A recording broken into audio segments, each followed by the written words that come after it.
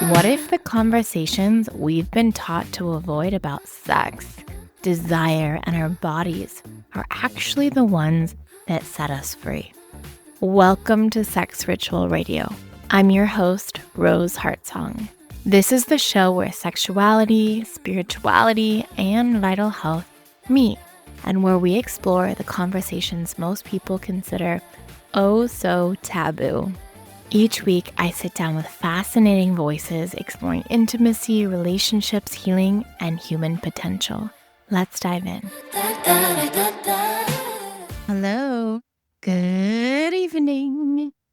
You are listening to KXFM, Laguna's Community Radio.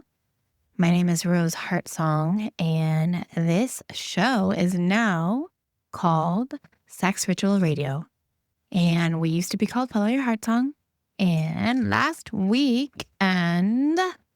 Sunday, I changed the name because it felt more in alignment with what the show's about. It's easier to understand and not as complex to explain. Now it's Sex Ritual Radio with Rose Heartsong. So welcome. We've been here every single Sunday night for almost a year now, coming up on a year. And on this show, obviously, based on the title, we like to talk about sex. And we also like to talk about intention and ritual and the art of intentional lovemaking and having a really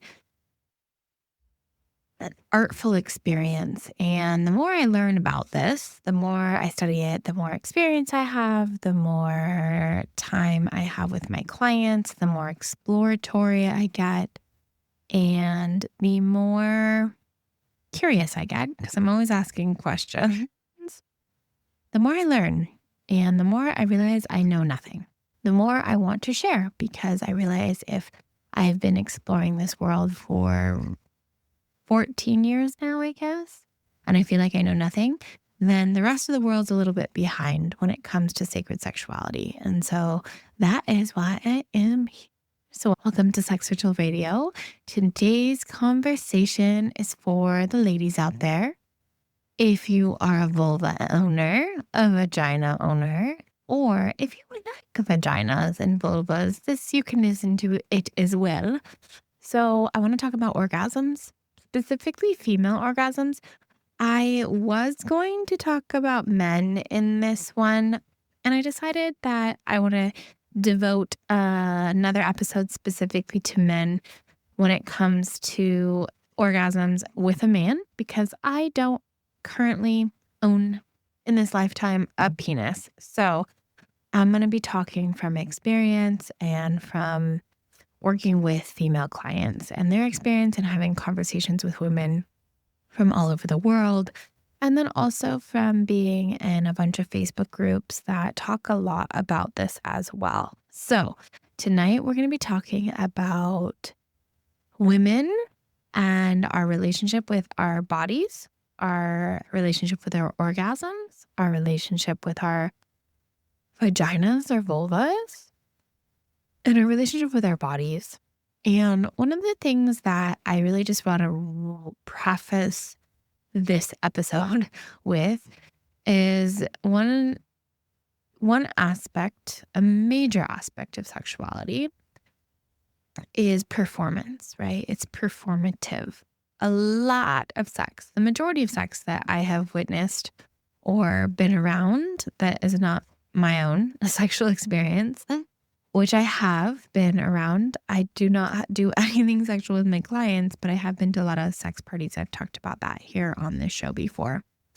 And I talk to a lot of clients about their experiences as well. A lot of times it's about performance. And the reason it's about performance usually is because our sexual development is usually from porn. And porn has created a ripple effect through our society and into our bedrooms and how we're quote unquote supposed to be having sex. Porn sex, not the best. Performative sex, orgasms don't really happen. They're performing a lot of times orgasms. It's also not how you should orgasm. There's this like concept in porn where this is how you orgasm and that's how you should orgasm. Like real orgasms can be not that hot sometimes. They can be like primal and like messy and chaotic and not like this pretty performance sexual thing. And this is also not about fixing your body. We're not talking about performance. We're not talking about how you should orgasm. We're not talking about how you should fix your body and there's something wrong with you. It's about remembering how to listen to your body and what it is capable of already. I have a belief that all women on the planet are capable of having orgasms with a partner. That's my belief. I have had a lot of women that I have worked with, spoken to, supported on this journey who have not been able to have an orgasm. All of the women that I have talked to that have not been able to have an orgasm, they've been able to have an orgasm. And I see a lot of sadness with women online, in Facebook groups and Reddit threads of not being able to have this experience. And so that's why I wanted to talk about it tonight, because that breaks my heart, because orgasms are good for the soul. And most women haven't been taught how desire really actually works in the body, or how pleasure unfolds, or how deeply your nervous system shapes your arousal. Instead, we were taught to perform, as I was talking about, to accommodate, to tolerate, or to push through. This happens in all areas. This happens in super monogamous relationships that are very exclusive and only with their partner, one person for their whole lives. Or it happens in swinger communities, in play party communities. It happens in dating world. It happens everywhere, no matter what your background is and what your walk of life is. So tonight is an invitation to soften. I wanted to use the word stop, but I want to encourage us not to like shame the experience of what we've been told as women in our society, to accommodate, to tolerate, to push through, because that doesn't work for our bodies. It doesn't work for us. And B, if I say stop, there is kind of a shame underneath that, right? So my invitation for us is to soften the pushing through, right? And when I say soften, I mean slowing down, coming back into a relationship with your body, to remember that pleasure is not something that you have to earn or perform. I want you to hold on to this one truth throughout this episode, that pleasure and orgasm, like true, real, raw, oh my holy yes, orgasm is a response to safety and not into effort. If you feel safe in your body and you feel safe with pleasure and you feel safe with the person that you're experiencing pleasure with, orgasms are so much more available for you. Before we go into orgasms and the art of orgasms, I also want to talk about active desire versus responsive desire. Because so a lot of times when there's a lack of safety, the safety doesn't exist because there is shame and guilt and judgment, whether from yourself or from your partner or both, which usually happens, right? There's this rushing, this frustration, this feeling broken, not feeling good enough, or what's wrong with my body, or what is wrong with me. And a lot of times this can go back to active desire versus responsive desire. And one of the most liberating teachings for women comes from the understanding that desire does not show up the same way for everyone. It's perfect the way it works for you, as long as you allow yourself to soften into it. The way desire works for you is perfect. And sometimes, most of the time, a lot of the time, the majority of the time, I'm going to use that word, women don't have a deep devotional practice with their desire. And so learning and understanding and getting curious and one creative with desire and having a relationship with it and nurturing it and supporting it is the first step to having blissful, orgasmic, life-shattering orgasms. So some women experience active or spontaneous desire. So this is when desire appears first. Majority of women, I don't know what the statistics are numbers on this one. Usually active or spontaneous desire is more male-bodied beings, but some women have it too. I have found majority of women don't, but some women do. So like very sexual women. I actually have primarily active desire, but sometimes also I think it depends on the time of the month too, depending on where your hormones are. So it doesn't like always stay one way or the other. But what active desire or spontaneous desire appears, that's when desire appears first. So I feel like it feels like I want to have sex. I'm in the mood. I feel turned on. But many, many women experience responsive desire. And this one is, I think, where some of our shame can come from. Responsive desire does not appear first. It awakens after arousal has already begun. So this is for those who like don't feel like having sex tonight, but then when they're, being touched and caressed and kissed and they're being kind of like connected with, or maybe they're emotionally intimate with their partner, then they feel the arousal awaken inside of them. And if you're just tuning in right now, this is Sex Ritual Radio with Rose Heartsong. And we're talking about orgasms and the female body and how it works today. So, responsive desire does not appear first. As I said, it awakens after arousal has already begun. It sounds like I wasn't thinking about sex, but now that I'm relaxed, I feel open. I didn't feel desire until we started connecting. Responsive desire needs safety, time, relaxation, low pressure. It does not do well with pressure. Like, I want to have sex right now. It does not do well with that. It's incredibly common.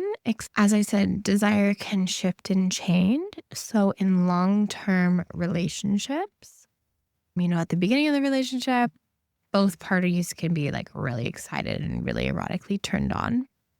But after long term, it can happen where they have responsive desire.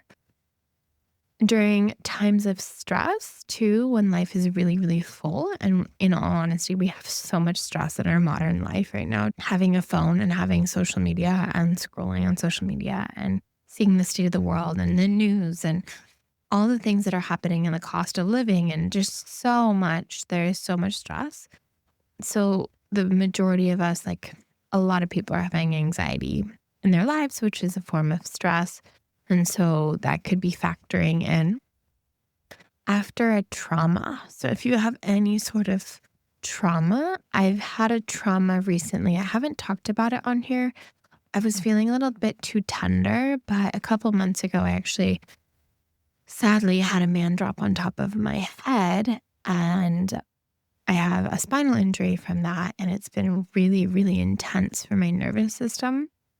And so during that time, when I was in all this pain and my nervous system was really injured, which it still is, but it's, I'm actively going to physical therapy and all sorts of different doctor's appointments. It's like a freaking part-time job. My sexual desire just disappeared. Like I had no libido whatsoever because I was feeling needing to protect my body. So I was talking about my trauma, and I think the trauma came up. So during hormonal shifts too, right? So if you're having a big hormonal shift in your life, a lot of stress, menopause, premenopause, maybe having hard periods, things like that. So these are aspects that can impact or activate the responsive desire versus the active desire as well. There is nothing wrong with you if desire doesn't show up first. Your body's not broken. You're just in responsive desire.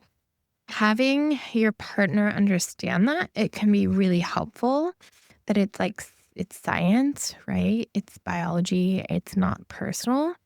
And having him understand that is really, really supportive. So, sexual response works through accelerators and brakes. So, this concept of the way that we want sexuality and the way that we're turned on in our bodies works through accelerators and brakes. So, think about like in a car, the accelerator is the gas, and then we have our brakes. So, accelerators are what turn you on. It's like putting the gas on and going faster in the turn on. So a lot of times what can turn you on is connection, being connected to the person that you're have the potential possibility of having sex with, presence, feeling safe, feeling desired, sensory pleasure, and emotional intimacy. So these are accelerators or aspects that turn you on. This can make sex a lot easier. So a lot of times couples will come and work with me and they're like, we want to have better sex. And what we first do in the first month or so of the sessions is really getting clear to make sure there's profound connection, there's presence in the relationship. They're not scrolling on social media, scrolling on the phone, that they feel safe, that their nervous systems feel safe, that they feel desired, and that they have emotional intimacy. If there's any chaos underneath that, then sex isn't going to happen, or it's not going to be very good if it does happen. A lot of times women aren't going to be met or have the erotic experiences or orgasms that they're desiring.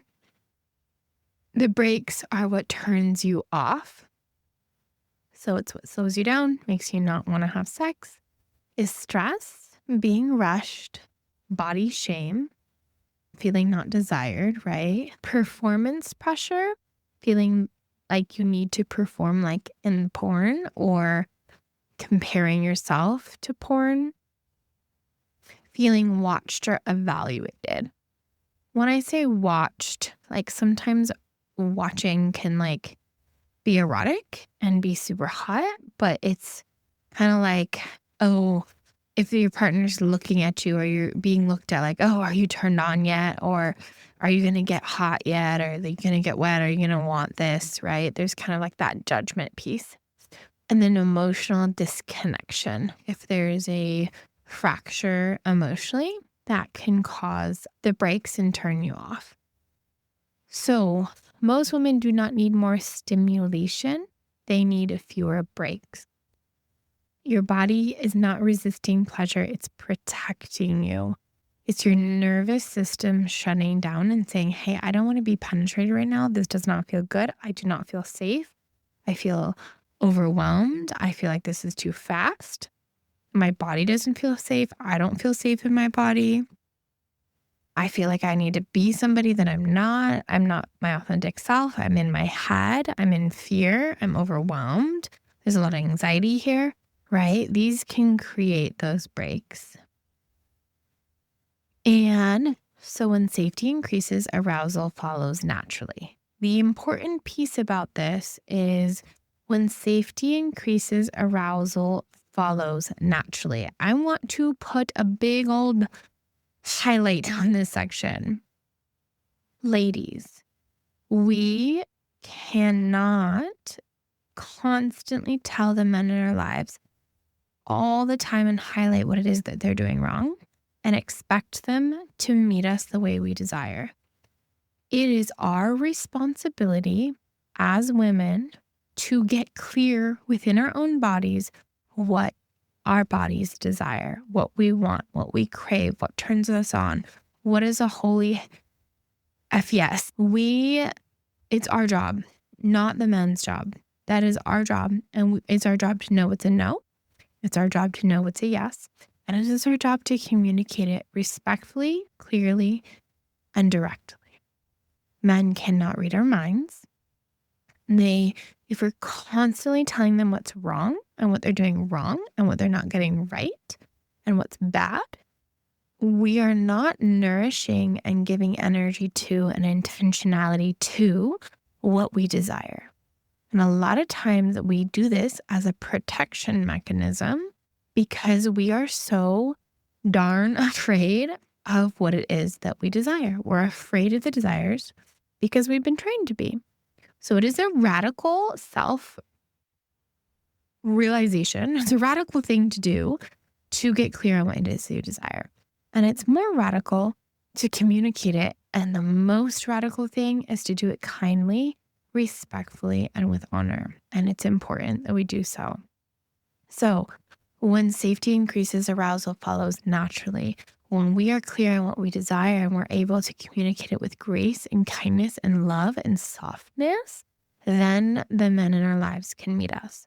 If we're being total bees and rude and disconnected and constantly focusing on what's not right and what's wrong, they're not going to be able to meet us. So that is our job. And you know what? The majority of the men that I have met in the world really just want us to be happy, and they want to serve, and they want our pleasure. Our pleasure is important. And that's my experience because my pleasure is important to me. And so I'm able to manifest and magnetize men, or the men that don't. My pleasure isn't important. They're not in my life that long because I'm not interested in being in a relationship with somebody like that. So it's important. I just wanted to highlight that aspect, that your desire is your responsibility. And it's really, really important that you make that a priority in your life. Let's talk about orgasm pathways in a way that removes hierarchy and pressure. Orgasms are not achievements. They're not goals.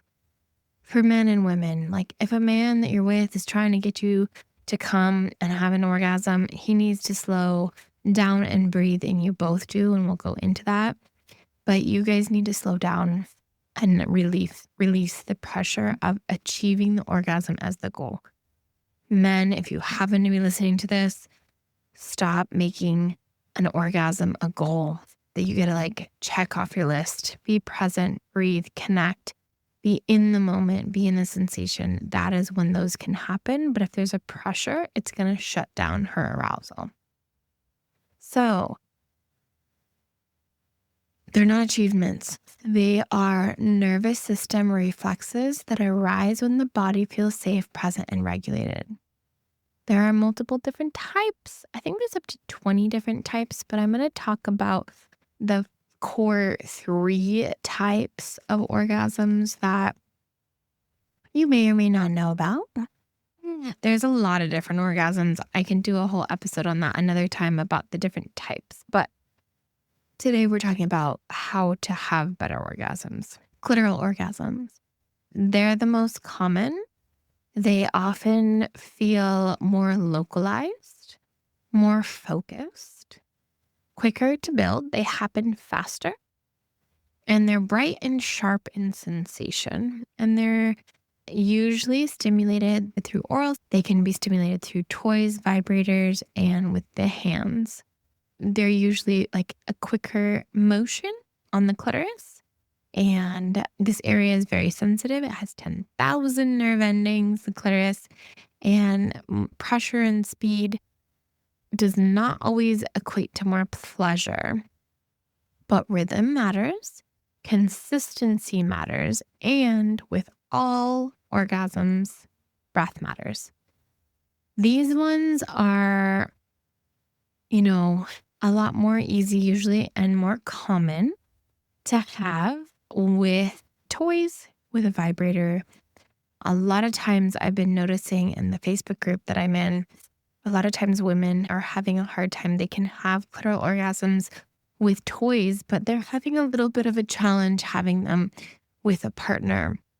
And so I want to speak to that because it's a pretty common thing I'm realizing. And this is because, men have it too when it comes to masturbation, especially with the use of porn. But the body is, when you're having an orgasm practice at home and you're using toys and you're not I kind of like call it jack off energy. Both men and women do it.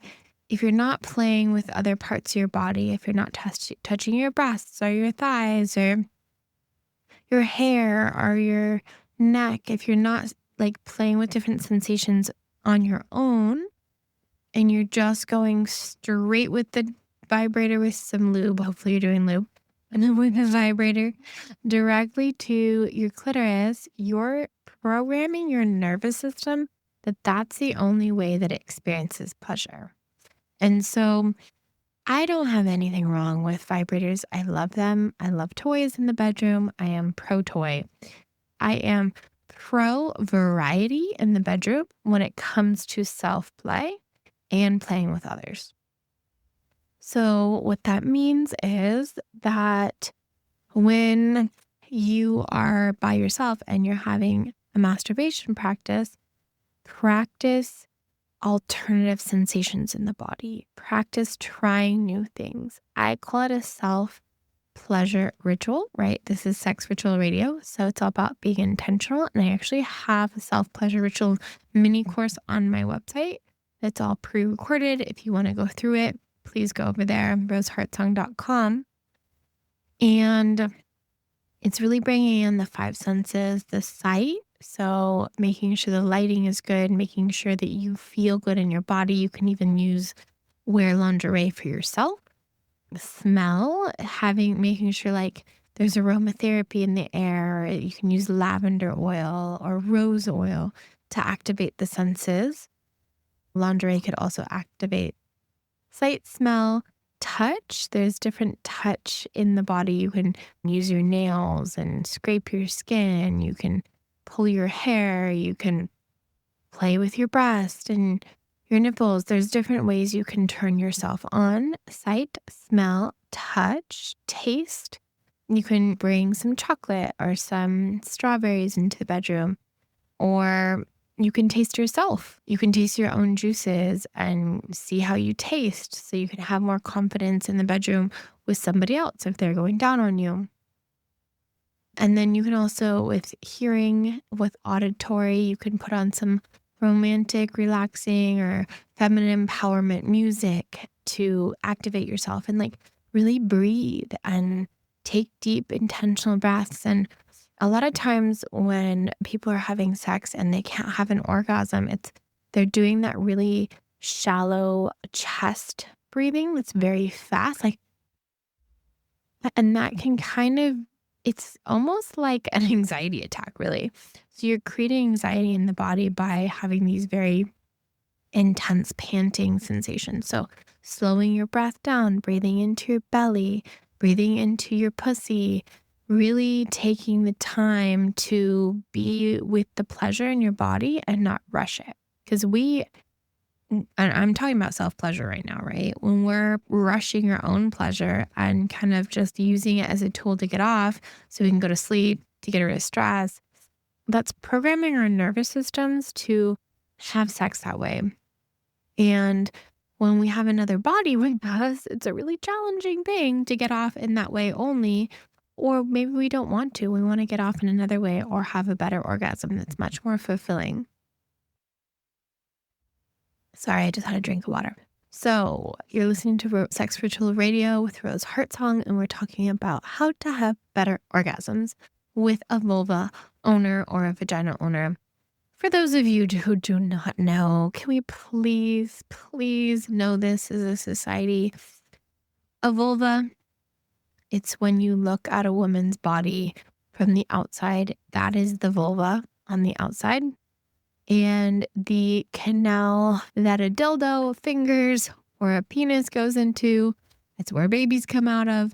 The tube thing is the vagina. We don't see it. It's inside of our bodies. And the top of the vagina is the cervix. And the cervix is part of the uterus. It's kind of like how the uterus and the vagina come together is the cervix. And it's the top of the vagina. And unless you're having a baby, it's going to be the smallest little tiny pinhole. And it's going to be kind of this like squishy, spongy but also hard material that's at the top of the vagina. There's the clitoris, which actually wraps around. The clitoris we usually see as like the little bean on the top. It actually wraps around. I highly recommend that you Google 3D image of a clitoris and see what it looks like. But because it kind of wraps around, it has like these bulbs and these legs, and it's this big, it's quite big actually, and it has 10,000 nerve endings, and it kind of wraps around the vagina entrance. And so when women get aroused, or if vulva vagina owners get aroused, it actually swells up 400 times its size.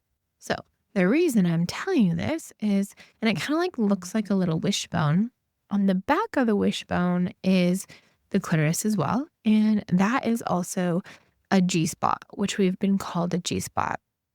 And G-spot orgasms are more experienced as deeper and more wave-like. They can feel fuller, more emotional. They can bring up emotions into the body, less focused on one location and one point. And they have like, sometimes, a lot of times they'll have a big release with them. These ones require time. It takes 30 minutes for a woman's clitoris to fully swell up and to become erect. Men can do it like real quick. They can get an erection super quickly, super fast, but women take 30 minutes. So it takes time. They need slowness, emotional safety to fully open, and a sense of being unrushed. So like if somebody's trying to finger you and they're like just trying to get you off and like kind of it's like a jackhammer finger job, that's not really going to do it. It can be like a little jolting. So like using fingers and getting curious and using oral sex and slowing down and breathing, both of you guys breathe, take deep breaths into the belly, deep breaths into the pussy, deep breaths into the heart, deep breaths are really going to help with this. And sometimes, if you've never had a G-spot orgasm, you can start crying, or you can start laughing, or your whole body can start trembling. You can start shaking incontrollably, and can be a lot of energy releases that happen. It's healthy. Don't be afraid of it. A lot of times I think women are really afraid of losing control in the bedroom because they want to see that performance piece we talked about earlier. And the performance piece is really a form of control. And when we learn how to surrender and drop into our bodies and drop into our hearts, that's when we have the ability to let go in this way. And also when our partner that we're with is really present with us and isn't trying to force an orgasm or isn't trying to have that goal we talked about. This is the nervous system letting go. Sex can be a nervous system healer too. The healed nervous system creates better good sex can help heal the nervous system. It's kind of this full circle piece. Pleasure does not always look composed. It can be messy. Surrender can be messy. Letting weird noises out is fine, and being vocal. It's really interesting, actually. The vocal cords and the vagina and the cervix and the vocal cords actually look similar. And so I've noticed that if I try to be quiet sexually, my orgasms aren't as good. So allowing your vocal cords to be activated can actually create more releases sexually in your vagina and having better orgasms. Another one that I've actually interestingly recently learned, which is surprising, if you have a tight jaw, you're going to have tight hips on a tight vagina and it won't release. So really getting some work done on your jaw, a chiropractor, a massage therapist, or somebody who specializes with your jaw, really like massaging. You can do gua sha on your jaw, but really like releasing the tension in the jaw can actually release any tension you have in your vaginal wall as well. All right, so cervical orgasms. Not a lot of people are talking about these. They're not.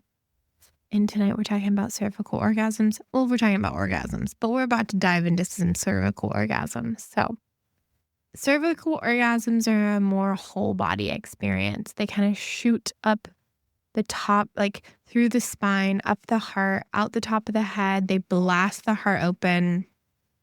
I don't recommend, from personal experience, trying to have a cervical orgasm with somebody you're not in a deep, intimate relationship with, because they can blast you open and make you very vulnerable. They're slower. They take a lot more time to build. They're more expansive. They're less explosive, and they're very grounding. They can really anchor you for days. You can feel the impacts of them for days. Not every woman experiences these. I don't want you to feel pressured to try to have one. That being said, I didn't know I was capable of having one until I had one. And I had one through a yoni massage, not through sex, with a specialist. And so if this is something that's interesting to you, I highly recommend trying to find a yoni massage practitioner to help you have a deeper relationship with your vagina and with your cervix. A lot of times the cervix can be extremely painful and extremely tender. So this one is really necessary to go very, very, very slow. If you've ever been very deeply penetrated by somebody and it hurts like really bad, like you feel like you got punched in the gut, that means your cervix wasn't open and it most likely got bruised. So you want to make sure this one, you have to be trusting. These orgasms really, really depend on nervous system regulation, making sure that you don't have a lot of anxiety or stress when it comes to sex, that you're very relaxed when it comes to sex, you have a lot of trust with your partner, and you have a practice of surrendering with pleasure. These are more advanced orgasms, and they're powerful and then transformational, and they're life changing, really. I don't have them with everybody I've had sex with. You really have to trust your heart with these because they can open. So basically what happens is, kind of think about your cervix as kind of like a rose petal. You know, like if you have a rose that is really tight, right? And you just try to jam your finger in it, it might fall apart. The rose bud might fall apart, but you have to kind of coax it open. You have to slowly open it. So if you want to have a cervical orgasm, first off, you're going to need to allow your body to be penetrated deeply. And in order to do that, you can't just like jackhammer, go for it. You have to be really wet. You have to be really juicy, lots of oral sex, lots of turn on, like your clitoris needs to be fully erect. You need to be ready to go. And then your partner needs to penetrate you slowly. They need to go in also like not size of the cock per se, like big cocks don't always mean best. It means the size of your body and his body together is also very important. But basically, because like sometimes it might be too big, it might be too overwhelming, or it just might not be the right size for you. And so you need to allow him to penetrate you very, very, very slowly. And then if there's pain that comes up, which there most likely will if he's going in deep, he needs to completely stop moving. And then you need to breathe and just be present. Be present. Don't try to perform. Don't try to be sexy. Don't try to get an orgasm. Just stop, pause, and breathe. Breathe and breathe and breathe. And don't have any expectation of anything happening. Just be in your body. And what will happen is if you let go and you learn to surrender and you learn to let go, you'll feel it open. You'll feel your cervix open. And a rush of energy will happen, and like this heat, and you'll get a lot wetter. And it's almost like you're taking him in. When that happens, then he can go in a little bit deeper. And if it's painful, then again, stop and breathe and breathe and breathe until you open again. And to keep doing that until it's as deep as it can go comfortably.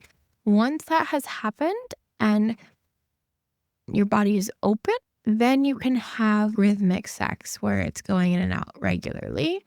But until that moment, it's going to be painful and you will not be able to have a cervical orgasm if there's any pain.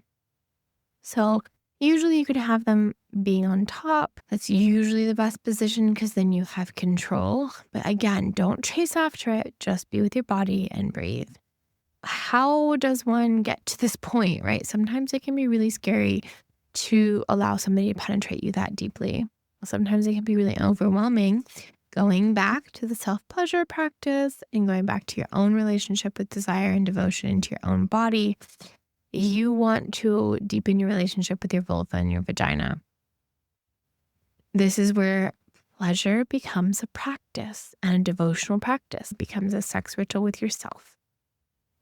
A deeper relationship with your vulva and vagina is about trust, not technique. The best way to have a deeper relationship without a partner, which is where I always recommend you start, is with a yoni egg. What is a yoni egg? What are you talking about, Rose? A yoni egg is a crystal egg that you can be made out of rose quartz, jade, clear quartz, black obsidian, and it looks like an egg. And there's small, medium, and large. If you've never done this practice, I recommend you starting with a large. Make sure you start it with a drilled hole so you can put a string through it and that you can pull it out kind of like a tampon. And what you want to do is you want to put some lube on it, some coconut oil, some sort of slippery substance, and don't shove it up there because that's going to be uncomfortable. You want to make sure it's clean with, hot water, soap, that kind of thing, but also energetically clean. You can clean it with some salt water. And you want to make sure that you're kind of you're juicy and you're warmed up and it feels like a yes. You put a lot of lube on it.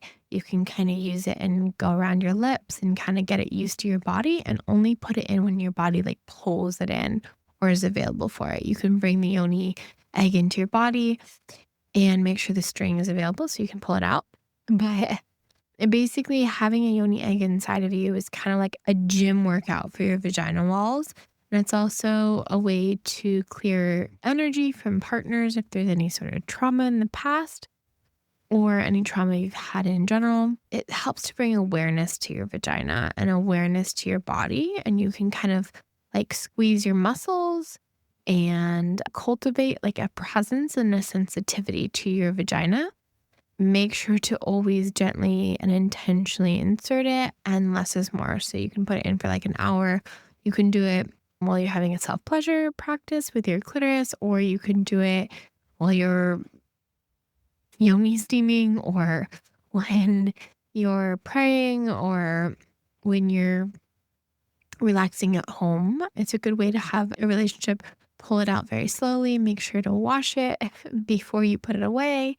And it's about listening, not gripping. This is a really, really powerful way to have more powerful orgasms and have a deeper relationship with your vagina.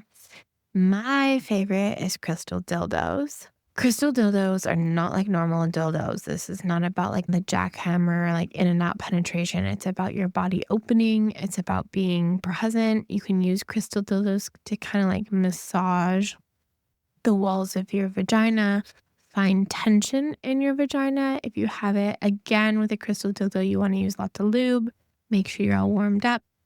Make sure that your body is receiving it in. And use it kind of as a de-armoring is a way to call it.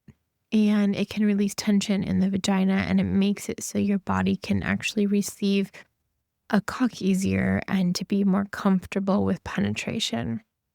It's kind of like a self-yoni massage or de-armoring. De-armoring is a gentle unwinding of stored tension in the body. A lot of times we store tension in our vagina. This teaches you to breathe. Breath is essential and pain is not good. If there is pain, you don't want to pull it out. You just want to let go of it and let yourself breathe with it. Breathwork and nervous system regulation are so important. Breathe, breathe, breathe, breathe, breathe. So important. Breath, breath, breath. If you're not having orgasms, if you're feeling awkward in your body, if you're not enjoying sex, you're not enjoying pleasure, having slow and gentle breath Having a breathwork practice when you're not in erotic pleasure is important. Belly breaths help soften the pelvic floor. And then again, relaxed jaw helps to support the vaginal relaxation. And then presence invites more powerful sensations. So your body opens when it feels safe to. When you surrender and you feel safe, then your body can let go and surrender and feel safe, and then you can have more powerful orgasms. Learning to trust is a practice, and it takes time. And this may be the deepest work of all, really. I teach sexual development. It's like spiritual development and personal development and erotic play all put together. Many women have learned that pleasure was unsafe, distracting, selfish, or conditional. And working with learning how to trust your pleasure, learning how to trust your relationship with pleasure requires patience and self-compassion, consent with yourself first and foremost, and listening instead of pushing. Then trust builds slowly over time, and this is exactly how it should. It doesn't happen overnight. Like, this is a practice. If you're feeling frustrated with yourself, breathe and put your hand on your heart and say, I am safe. I am safe in my body. I am safe to feel. And this is a practice, and I'm perfect exactly where I am. If there's one thing I want you to take away from tonight, it is this, that your body is intelligent. Your pleasure is so valid, and your pace is perfect. Orgasms don't need to be chased, and pleasure unfolds when safety leads. The more you listen to your body, the more it will speak to you. And when the nervous system feels safe, the body remembers how to open. So I hope that you got something from this. I hope this helps you have a deeper relationship with your vagina, your vulva, with your pleasure, with your orgasms. And I'm going to give you a pleasure assignment. A good pleasure assignment for you guys is, if you are a vulva owner, my invitation for you is to take out a mirror and a moment when you are not turned on, maybe get a little coconut oil or some lube and just look at yourself. Look down at yourself and explore yourself, not with the intention of performing, not with the intention of getting yourself off or turning yourself on, but the intention of just really understanding what's going on down there. Understanding what you look like and what the different folds are and what your vaginal walls feel like. And maybe if you feel safe and you feel okay, maybe you can get your hands up in there, maybe, to find the cervix and see what that feels like. If you can't, that's okay too. Just kind of getting creative down there and getting to know yourself. And then this is another one that is kind of fun, is if you are having an erotic experience with yourself or with somebody else and you can tell that your clitoris is engorged, and remember, it goes 400 times its size. It takes 30 minutes to completely fill up with blood. And maybe you can check out what you look like when you're engorged so you can see the difference. And really having a deeper relationship with your body and your vulva and your vagina will be really supportive, and your cervix, to having more powerful orgasms. And maybe you can find your G-spot. You can put your finger inside of you and kind of feel around and find the G-spot. It's going to be like a little spongy location that is kind of towards your pubic bone. If you like put your hands inside of yourself and like feel around, they'll be towards your pubic bone. Just taking the time, breathing, having a breathwork practice, really slowing down, getting off your phone, being present with yourself, maybe investing in a Yoni egg or a crystal dildo.